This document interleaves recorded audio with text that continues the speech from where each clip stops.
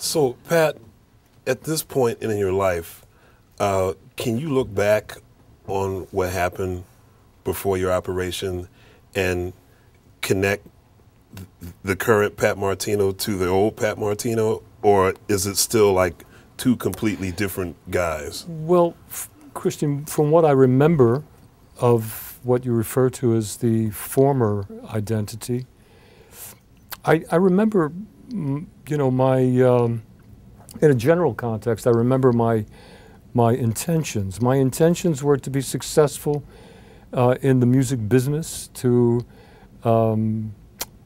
socially interact with the most volatile members of the current community, the musical community at that time, which I was very fortunate to have the opportunity to do so then. And even at this particular point I do, but my intentions are different now.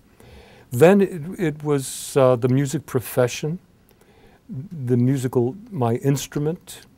I used to practice my instrument with no looking back. The day would begin and the instrument would be my top priority.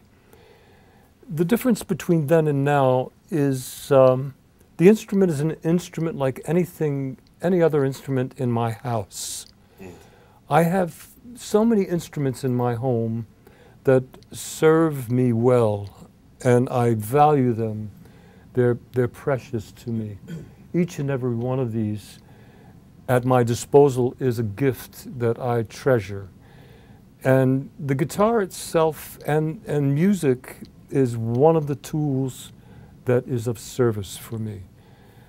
Prior to this evolution, this metamorphosis, I was a little closer addicted to the instrument as a form of creative productivity that now has become second nature. I noticed that in West Montgomery at the age of 13, and John Coltrane.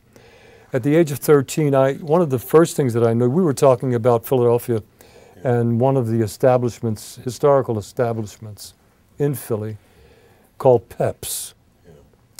I was 13 years old when the Montgomery brothers came into Pep's, and my dad took me to see them because I had heard them on the radio, and I was overwhelmed by the artistry and as they say in Japan, the hado, the aura that came from them, creative aura, magnetic as it was and always will be.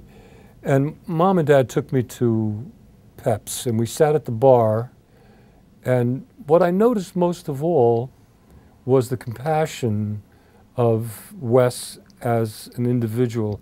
At the end of the show, he left his guitar on the stage. The first thing I was overwhelmed with is why he didn't walk off stage with the guitar back to the dressing room and practice again. Because that's all I thought a person that good would ever do. Right. But he took off the guitar from his shoulder and he put it on a stand and he walked off stage and he came over to me and my mother and my father sitting at the bar, and he introduced himself. And I was just wiped out by that. I was just taken by Now that. he randomly came over to you? Well, I do the same thing. If I see a little boy in the audience, which I do currently quite a bit, with a twinkle in his eyes, or a little girl with a twinkle in their eyes, that's a precious opportunity to be able to go over and embrace. And it's almost like being one at once, all at once, And it's something that I remember. It brings me back to my childishness, So I think that maybe that was the same thing. And that affected me immensely. It defined something that I was unaware of until that moment in terms of curiosity on my behalf. I was interested in how he could do that. And he spent time with us. And we became friends, and that traveled on year after year until he passed in 1968. But that was an extremely effective thing for me. From that point forward, it brought me closer to second nature, the magic of innate, intuitive powers that I think every artist Actually, an artist is a term. It's a word that's used that exemplifies conditions in certain individuals which are admirable in most. But I don't think those individuals are really concerned about that innate, intuitive state of enjoyment in life. They are so active in it that it is just as normal and as everyday living, you know. And you overlook it sometimes. I began to notice that from Wes and from Train and from quite a number of others, Willis Jackson, and just so many others, you know. Well, you know, I want to mention that Pat and I were featured together on a CD which I've been told is a classic, and that's called the Philadelphia Experiment. Pat and I did a project with the great keyboardist Uri Kane and the drummer from The Roots, Questlove, who was one of my best friends growing up as a kid. And that was my first time getting a chance to work with you. And of course, not too long after that, I had the honor of recording on your Think Tank CD.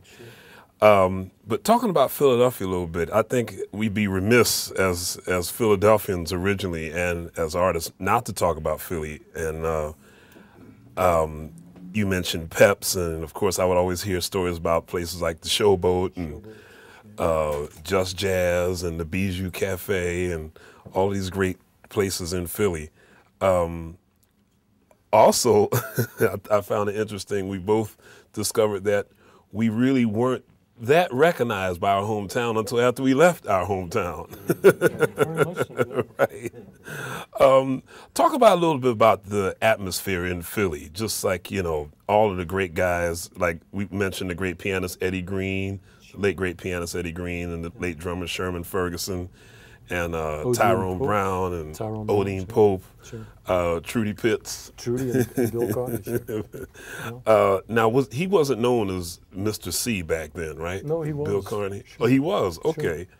Sure. Don Patterson, the great organist. Don Patterson. Well, Don was originally from Columbus, Ohio.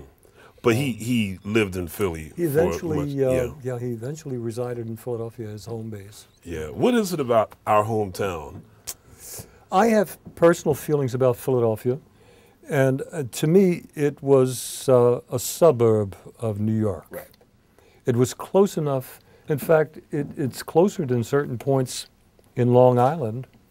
It would take me sometimes 3 hours to come in from Oyster Bay, and it would take me an hour and a half to get in from Philadelphia. Right. So I would think that it's, for me personally, since I'm here so much, it's a suburb. And I do think over time how the progress of productivity in terms of population on the East Coast, we're going to have a mega metropolis area right on down the East Coast. Yeah. And I think that they're beginning to intermesh closer and closer and closer and closer. So I see it as a suburb in that context. New York as to well. Washington, D.C. is going to be one big city. One big city, yeah. Yeah, I really do think so. Right, right.